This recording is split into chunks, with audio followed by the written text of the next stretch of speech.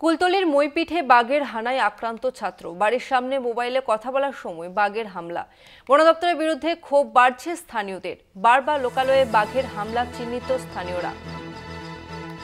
কুলতলির মইপিঠে বাঘের হানায় আক্রান্ত ছাত্র। মোবাইলে কথা বলার সময় হঠাৎই তার উপর আক্রমণ করে বাঘ এবং বাড়ির সামনে দাঁড়িয়েই তিনি ফোনে কথা বলছিলেন এবং ঠিক সেই সময় বাঘের শিকার হন। কুলতলির মইপিঠে বাঘের হানায় আক্রান্ত ছাত্র। বাড়ির সামনে মোবাইলে কথা বলার সময় বাঘের হামলা। বন দপ্তরের বিরুদ্ধে ক্ষোভ স্থানীয়দের। বারবার লোকালয়ে বাঘের হামলা চিহ্নিত স্থানীয়রা।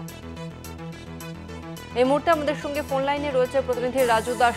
রাজু, বন দপ্তরের বিরুদ্ধে ঠিক কি অভিযোগ করছেন স্থানীয়রা?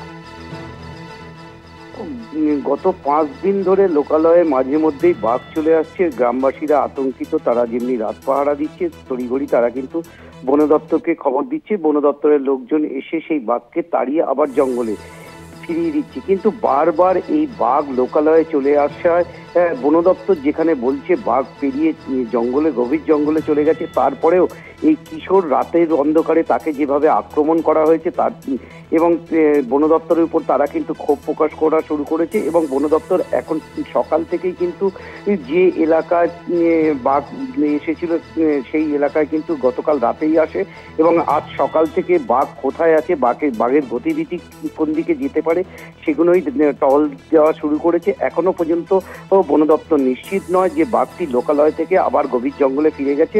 সমস্ত বিষয়টাই কিন্তু এখন খতিয়ে দেখছে। গভীর জঙ্গলে জোয়ার নেমে যাওয়ার পরেই কিন্তু যখন ভাটা আসবে সেখানে বাঘের পায়ের ছাপ পাওয়া যায় কিনা সেদিকেই কিন্তু বন দপ্তর এখন নজর দিচ্ছে। এখনো পর্যন্ত বাঘটি গ্রামে আছে না গভীর জঙ্গলে ফিরে গেছে, যথেষ্ট উৎকণ্ঠায় রয়েছে এলাকাবাসী।